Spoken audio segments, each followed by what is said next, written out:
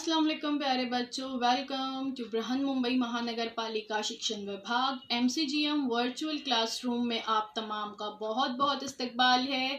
और जैसे कि आपको पता है कि स्कूल्स हमारे फिलवक्त बंद हैं, लेकिन तालीम का सिलसिला रुका नहीं है, थमा नहीं है। और जो है हम आपके सामने रोज़ बरोज़ जो है नए नए लेक्चर्स के साथ जो है हाजिर होते हैं। तो वैसे ही आज का हमारा एक नया इंटरेस्टिंग सेशन लेकर हम आए हैं आपके साथ, और मैं हूँ आपकी मौलमा शेख ज़रीन सबा। तो चलिए शुरुआत करते हैं हमारे आज के सेशन की। प्यारे बच्चों, welcome to our YouTube channel. आप तमाम का बहुत बहुत इस्तकबाल है और मुझे उम्मीद है आप सब खैरियत से होंगे और हमारे वीडियोस देख रहे होंगे। तो अगर आप चाहते हैं कि आपको आगे भी हमारे तमाम वीडियोस इसी तरह से मिलते रहें तो इसके लिए हमारे चैनल को सब्सक्राइब करना ना भूलें। तो चलिए देखते हैं हमारा आज का टॉपिक। आज का हमारा टॉपिक है काम में मसरूफ हमारे अंदरूनी आज़ा, और बिजी इंटरनल ऑर्गन्स। ये इसका पार्ट 2 है। पार्ट 1 हमारे यूट्यूब चैनल पर अवेलेबल है, आप वहाँ से उसे देख सकते हैं। मजामात पंजुम के लिए मजमून है माहौल का मुताला 1 यानी EVS 1। मैं आपकी मौलमा Zareen Saba from MCGM virtual classroom Mumbai. बच्चों, स्कूल बंद है लेकिन तालीम का सिलसिला जारी व सारी रहे, इसलिए हम हर रोज़ एक नए वीडियो के साथ आपसे मुलाकात करते हैं। तो इस पिछले वीडियो में, लास्ट वाले वीडियो में हमने देखा निज़ाम तनफ़ुस के बारे में कि किस तरह नाक और फेफड़े, सांस की नली, हवा की थैलियाँ, हिजाब हाजिज, ये तमाम मिलकर जो है तनफ़ुस का एक मखसूस फ़ेल अंजाम देते हैं, और इसीलिए इसे निज़ाम तनफ़ुस या रेस्पिरेटरी सिस्टम कहते हैं। फिर हमने देखी उज़वी निज़ाम किसे कहते हैं। उज़वी निज़ाम या बॉडी सिस्टम का मतलब है कि आज़ा का ऐसा ग्रोह जो जिस्म का कोई एक फ़ेल अंजाम दे, उज़वी निज़ाम कहलाता है। यानी बहुत सारे आज़ा मिलकर एक ख़ास फ़ेल अंजाम देते हैं तो वो उज़वी निज़ाम कहलाता है। लास्ट वीडियो में हमने रेस्पिरेटरी सिस्टम के बारे में मालूमात हासिल किए थे। आज के वीडियो में हम डाइजेस्टिव सिस्टम के बारे में मालूमात हासिल करेंगे। तो हम देखने जा रहे हैं अब डाइजेस्टिव सिस्टम यानी निज़ाम इंहज़ाम। हमें पता है कि हमें ज़िंदा रहने के लिए ग़िज़ा की ज़रूरत होती है। जब हम कोई ग़िज़ा खाते हैं तो वो ग़िज़ा किस तरह से हमारे पेट में जाती है, किस तरह से हमें पचती है, किस तरह से हाज़मे का अमल होता है, और किस तरह ज़रूरी ग़िज़ाइयात जो है हमारे पूरे जिस्म को मिलती है, हमें तवानाई हासिल होती है, ये सब आज हम इस वीडियो में देखने वाले हैं। सबसे पहले देखते हैं कि किसे कहते हैं ग़िज़ा का इंहज़ाम। ग़िज़ा के अज्ज़ा के माए में तब्दील होने और खून में शामिल होने के अमल को ग़िज़ा का इंहज़ाम कहते हैं। ग़िज़ा के इंहज़ाम का पूरा काम मिलकर करने वाले आज़ा के ग्रुप को निज़ाम इंहज़ाम कहते हैं या डाइजेस्टिव सिस्टम कहते हैं। डाइजेस्टिव सिस्टम यानी तमाम आज़ा, जितने भी आज़ा है शामिल, इसमें सब मिलकर एक काम अंजाम दे रहे हैं। और ग़िज़ा का इंहज़ाम यानी क्या? कोई भी चीज़ डाइजेस्ट होना यानी क्या? फूड डाइजेशन यानी क्या?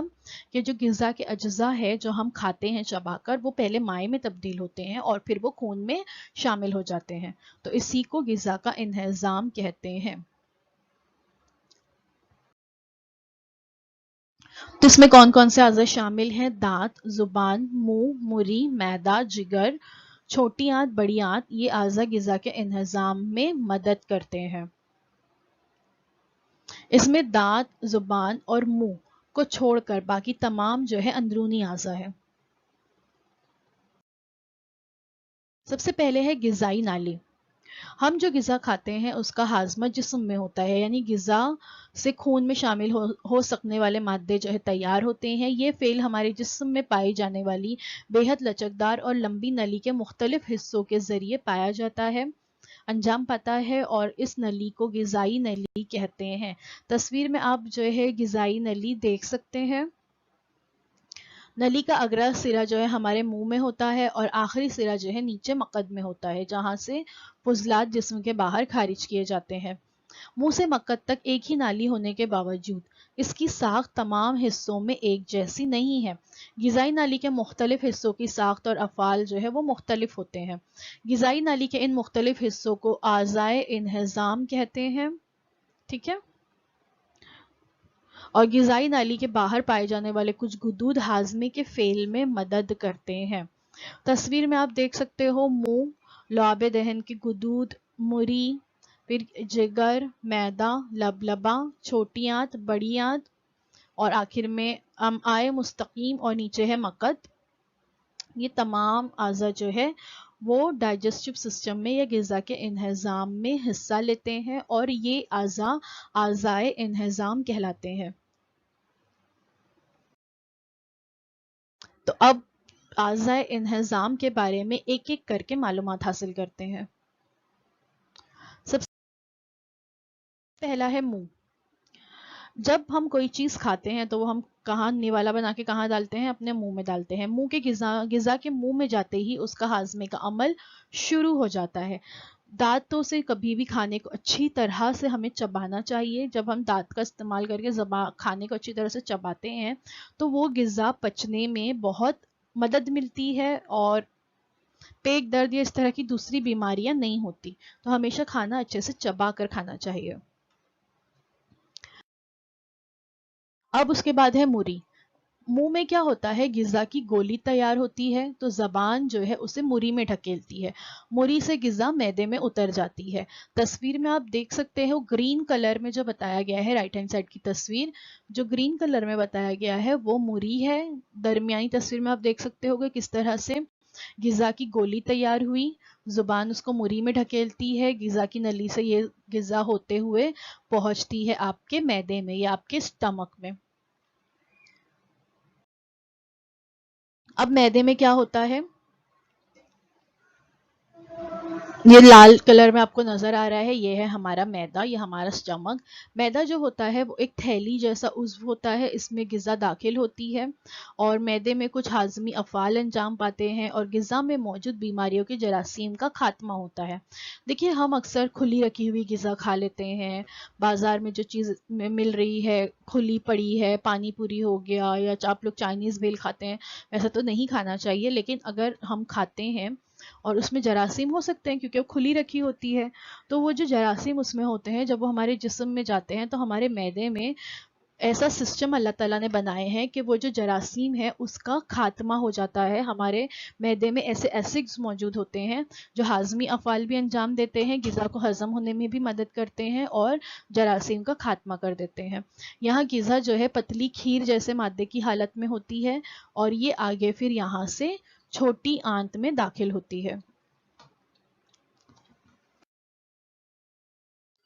دیکھیے آپ اسٹمک دیکھ سکتے ہو، آپ کے اسٹمک میں جب وہ غذا کی گولی جاتی ہے تو وہاں پر معدے میں اس کا ہضم ہونے کا جو عمل ہے اس کے لیے کچھ خاص طرح کے ایسڈز موجود ہوتے ہیں آپ کے معدے میں، جس کی وجہ سے غذا جو ہے وہاں پر ہضم ہوتی ہے اور پھر وہاں سے یہ دھکیلی جاتی ہے چھوٹی آنت میں۔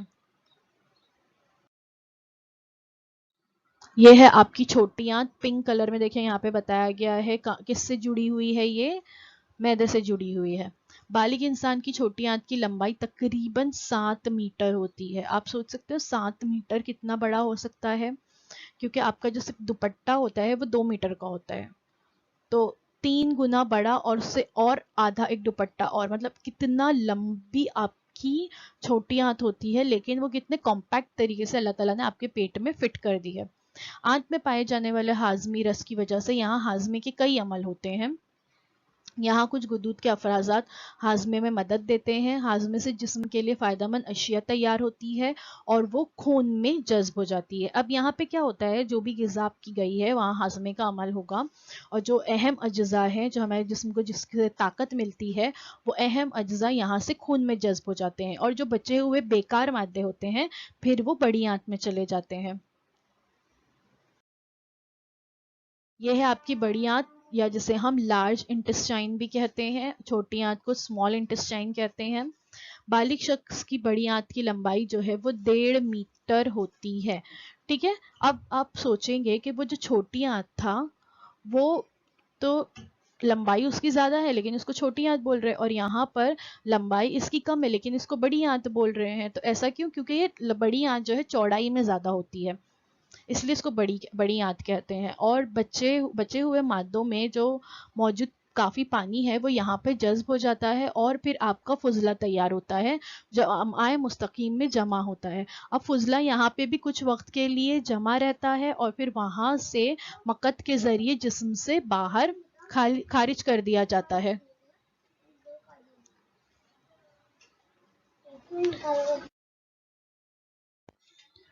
अब वहाँ से बड़ी आंच से आपकी ग़िज़ा दाखिल हो जाती है मक्कत में और बाद में ये फुजला मक्कत के ज़रिए जिस्म से बाहर खारिज कर दिया जाता है। यानी ये जो पूरा निज़ाम इंहज़ाम है, इस अमल में हर स्टेज पर थोड़े थोड़े ग़िज़ाई अज्जा आपके खून में शामिल होते हैं और जो बाकी बचा हुआ मादा है जो बेकार है जिसकी हमारे जिस्म को कोई ज़रूरत नहीं होती वो वहाँ से बड़ी आंत में चला जाता है लार्ज इंटेस्टाइन में और फिर बड़ी आंत से वो मक्कत में आता है और फिर वहाँ से जिस्म से बाहर खारिज कर दिया जाता है। अब ग़िज़ा के हाज़मे और ग़िज़ाई नली में ग़िज़ा जो है आगे बढ़ती रहनी चाहिए। इसके लिए हमारे जिस्म को काफ़ी मिक़दार में पानी की ज़रूरत होती है। अगर हम ज़्यादा पानी नहीं पीते हैं तो हमें कब्ज़ की तकलीफ़ हो सकती है, यानी आपकी जो इजाबत है, आपका जो फुजला है वो बहुत सख्त हो जाता है और बाकायदगी से भी नहीं होता, बहुत तकलीफ़ होती है। इसीलिए हमें दिन भर में कम से कम 5 लीटर पानी 5 से 7 लीटर पानी जो है हमें पीना चाहिए, क्योंकि हमारी जो बॉडी है वो तकरीबन 70% वाटर बेस्ड है, यानी 70% आपकी बॉडी में पानी है और ये पानी का तनासुब आपके जिस्म में कम नहीं होना चाहिए। इसीलिए हमें वक्तन फ़ौक्तन पानी पीना चाहिए। जिस्म का कोई भी फेल पानी के बगैर नहीं हो सकता। हाजमे के अमल के दौरान जो पानी जिस्म में जज्ब किया जाता है वो दूसरे तमाम अफ़ाल के लिए इस्तेमाल होता है, इसलिए हमें काफ़ी मिकदार में पानी पीना बहुत ज़्यादा ज़रूरी है। यानी ये जो हाजमे का अमल होता है इसमें आपने देखे ना कि ग़िज़ा जो है आपकी मैदे में आई, मैदे से जो है वो कहाँ चली गई, छोटी आंत में चली गई। छोटी आंत में जो है पानी उसमें मिलता है, वहाँ से अहम अज्जा जो है कहाँ चले जाते हैं, खून में, और बेकार अज्जा बड़ी आंत में आते हैं। बड़ी आंत में आने के बाद भी अगर उसमें पानी मौजूद है तो वहाँ से वो पानी जज्ब कर लिया जाता है और आपके जिस्म के मुख्तलिफ हिस्सों को पहुँचाया जाता है, जिसकी वजह से जो दीगर अफ़ाल हो रहे हैं हमारे जिस्म में, मैंने आपको बताया ना कि एक साथ हमारे जिस्म में कई अफ़ाल अंजाम पाते हैं। रेस्पिरेटरी सिस्टम भी चल रहा है साइमल्टेनियसली, डाइजेस्टिव सिस्टम भी चल रहा है, नर्वस सिस्टम भी चल रहा है, सर्कुलेटरी सिस्टम भी चल रहा है। तो बहुत सारे सिस्टम जो है एक साथ आपके जिस्म में काम कर रहे होते हैं, तो दीगर अफ़ाल के लिए पानी की ज़रूरत होती है तो वो वहाँ से पानी जज्ब कर लिया जाता है और जिस्म के मुख्तलिफ हिस्सों को पहुँचाया जाता है। ग़िज़ाई नली और सांस की नली के इब्तदाई सिरे जो है हलक में एक दूसरे के बहुत करीब होते हैं। जहाँ पर आपका ट्रैकिया यानी आपकी ग़िज़ा की नली है, बिल्कुल उसके बाजू में आपकी सांस की नली मौजूद होती है। निगली हुई ग़िज़ा जब ग़िज़ाई नली में दाखिल होती है उस वक्त सांस की नली बंद हो जाती है। जब हम जल्दी जल्दी खाना खाते हैं तो खाना खाते वक्त ग़िज़ा जो है आपकी सांस की नली में चली जाती है तो आपको ठसका लगता है। इसीलिए कहा जाता है कि खाना खाते वक्त बिल्कुल भी उजलत नहीं करनी चाहिए, फटाफट खाना नहीं खाना चाहिए, बात भी नहीं करनी चाहिए। खाना खाते वक्त आपको इत्मीनान से अच्छे तरह से चबाकर अपने खाने को खाना है ताकि उसके इंहज़ाम में भी जो है आपको मदद मिले और पूरी पूरी जो ग़िज़ा आप खा रहे हैं उससे तमाम न्यूट्रिएंट्स जितनी भी उनमें ग़िज़ाइयत है वो पूरी तरह से आपके जिस्म को हासिल हो। तो इसलिए और हदीस का भी ये मफ़हूम है ना कि हमें खाना खाते वक्त बात नहीं करनी चाहिए, तो उसका साइंटिफिक रीज़न अब आपको समझ में आ गया कि क्यों जो है हुजूर पाक सल्लल्लाहु अलैहि वसल्लम ने फरमाए कि आपको खाना खाते वक्त बात नहीं करनी है। तो हर एक जो हदीस हम पढ़ते हैं एक्चुअली उसके पीछे कोई ना कोई साइंसी वजह मौजूद होती है। तो खाना जल्दी क्यों नहीं खाना है, आहिस्ता आहिस्ता क्यों खाना है और खाना खाते वक्त बात क्यों नहीं करनी है, इसकी वजह हमें आज पता चल गई। उसके बाद जो बहुत अहम फेल जब आप कोई खाना खाते हैं तो अंजाम देता है जो हिस्सा आपके जिस्म का, वो है आपके दांत। अगर आप चाहते हैं कि आपके दांत अच्छे रहें तो उनकी ठीक तरह से देखभाल बहुत ज़्यादा ज़रूरी है, क्योंकि जो हम खाना खाते हैं वो खाना हम किसकी मदद से चबाते हैं, उसे बारीक टुकड़ों में किसकी मदद से तकसीम करते हैं, आपके दांतों की मदद से। हमारे दांतों पर एनेमल नामी एक मादे का गिलाफ होता है, तस्वीर में आप देख सकते हो। एनिमल नामी एक मादे का गिलाफ आपके दांतों के ऊपर चढ़ा हुआ होता है, और ये एनिमल जो होता है ये आपके जिस्म का सबसे ज्यादा सख्त मादा है, जिसकी वजह से दांत के जो अंदरूनी नाजुक हिस्से होते हैं उसकी हिफाजत होती है। लेकिन अगर हम बाकायदगी से दांतों की सफाई नहीं करते हैं तो ये एनिमल भी बर्बाद हो जाता है, और फिर दांतों को कीड़ा लग जाता है। या बहुत सारे लोग देखिए कहते हैं कि हम अगर कुछ ठंडा खाते हैं तो उन्हें सेंसिटिविटी की प्रॉब्लम होती है ना, कि उनके दांतों में जो है सेंसिटिविटी होती है ठंडा खाने की वजह से। तो इसकी वजह यही है कि उनके दांतों पर जो हिफाजती गिलाफ अल्लाह ताला ने चढ़ाए हैं, कुदरती तौर पर जो हिफाजती गिलाफ मौजूद होता है एनेमल नाम का, वो खत्म हो जाता है। और जब वो खत्म हो जाता है तो फिर आपके दांतों में कीड़ा लगता है, आप ठंडी अशिया नहीं खा सकते, और धीरे धीरे उसके बाद दांत फिर सड़ने भी लगता है। तो इसके लिए बहुत ज़्यादा ज़रूरी है कि जब आप सुबह उठे तो सबसे पहले अच्छी तरह से ब्रश करें, अपने दांतों को साफ करें आप, और फिर उसके बाद पानी पिए या खाना नाश्ता जो करना है आपको वो करें।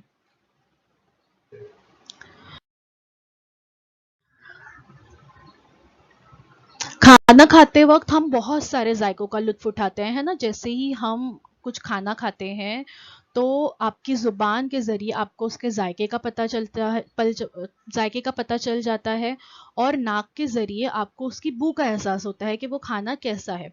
लेकिन बाज वक्त गिजा की बू या जायके मामूल से मुख्तलिफ होते हैं, गिजा खराब होने पर ऐसा होता है। तो ऐसी तब्दीली की जानिब तवज्जो देनी चाहिए। गिजा खराब हो जाए तो उसका इस्तेमाल टाला जा सकता है, यानी आपको खराब गिजा जो है नहीं खानी है। देखिए अल्लाह ताला ने कितना अच्छा सिस्टम बनाया है आपके जिस्म में, कि जब आप निवाला बनाते हैं तो वो निवाला आपके मुंह में जाने से पहले ही आपकी नाक आपको बता देती है कि ये चीज सड़ चुकी है या खराब हो चुकी है, उसकी बू से आपको पता चल जाता है। और कभी अगर आपको उसकी बू से पता नहीं चला तो जब आप उसे अपनी जबान पर रखते हैं तो जुबान के जरिए आपको उसके जायके का एहसास हो जाता है, और फिर आप अगर वो गिजा खराब हो गई है तो आप उसे थूक सकते हैं। तो ऐसी गिजा जब हम खाते हैं तो उसकी वजह से आपका जो निज़ाम इंहिज़ाम है या आपका जो डाइजेस्टिव सिस्टम है वो बुरी तरह से मुतासिर होता है, और आपको फूड पॉइजनिंग हो सकती है। तो हमें क्या करना चाहिए, हमें जो है सिर्फ फ्रेश खाना खाना चाहिए, ऐसी चीज़ें खानी चाहिए जो फ्रेश हो, ताज़ा खाना खाइए ताकि आपके जिस्म को भरपूर ग़िज़ाइयत मिले। अब हम खाना क्यों खाते हैं? पेट भरने के लिए नहीं खाते हम खाना, हम खाना खाते हैं ताकि हमें उस खाने से तवानाई मिले, एनर्जी मिले, और फिर इस एनर्जी का इस्तेमाल हम दिन भर में मुख्तलिफ अफ़ाल जब अंजाम देते हैं तो उसके लिए हमें तवानाई की ज़रूरत होती है। एक छोटा सा फेल कि आपको जो है कोई चीज़ एक जगह से उठाकर दूसरी जगह रखनी है, तो उसके लिए भी आपके जिस्म को तवानाई की ज़रूरत होती है। अमल तनफ़ुस की वजह से ऑक्सीजन जो है खून में शामिल होता है और जिस्म के मुख्तलिफ हिस्सों में फैलता है।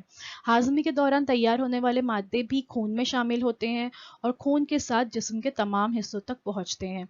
इनमें से चंद मादे जिस्म के लिए ईंधन का फेल अंजाम देते हैं। देखिए जैसे आपको पता है ना, गाड़ी को चलाने के लिए पेट्रोल की ज़रूरत होती है ना, वो उसका ईंधन है, ईंधन के बगैर गाड़ी नहीं चलेगी।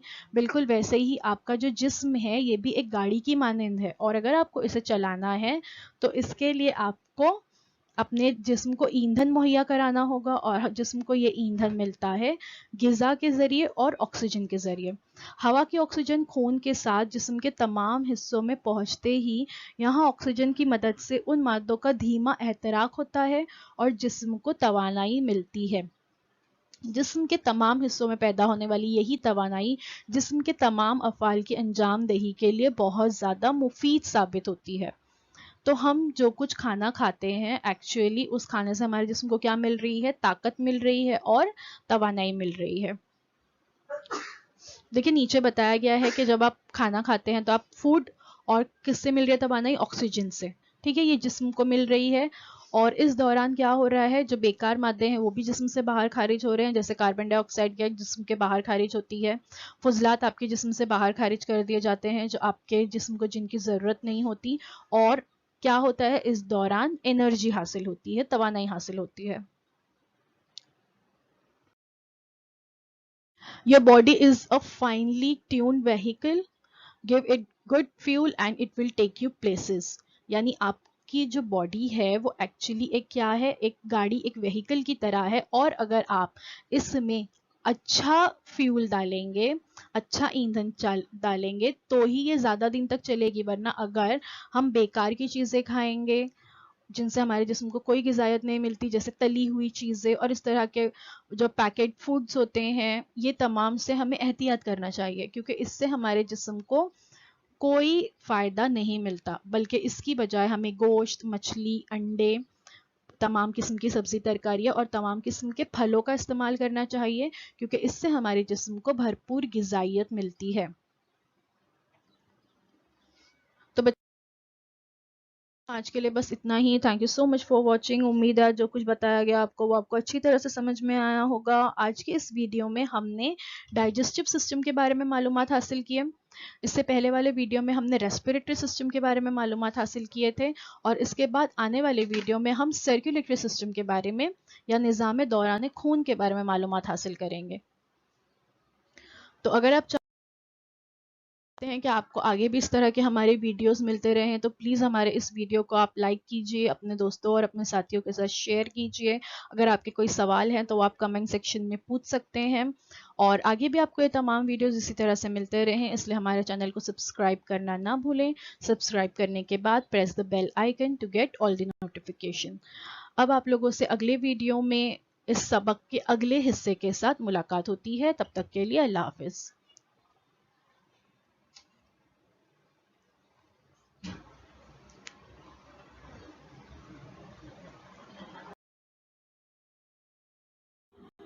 तो बच्चों, मुझे उम्मीद है जो कुछ आज आपको पढ़ाया गया वो आपको अच्छी तरह से समझ में आया होगा, और अगर आपको नहीं समझ में आया है तो हमारा ये वीडियो YouTube पर भी अवेलेबल है, आप इसे दोबारा से जो है देख सकते हैं, और अपने साथ जो है अपनी टेक्स्ट बुक ज़रूर रखिए ताकि आपको जो है तमाम पॉइंट्स अच्छी तरह से समझ में आए।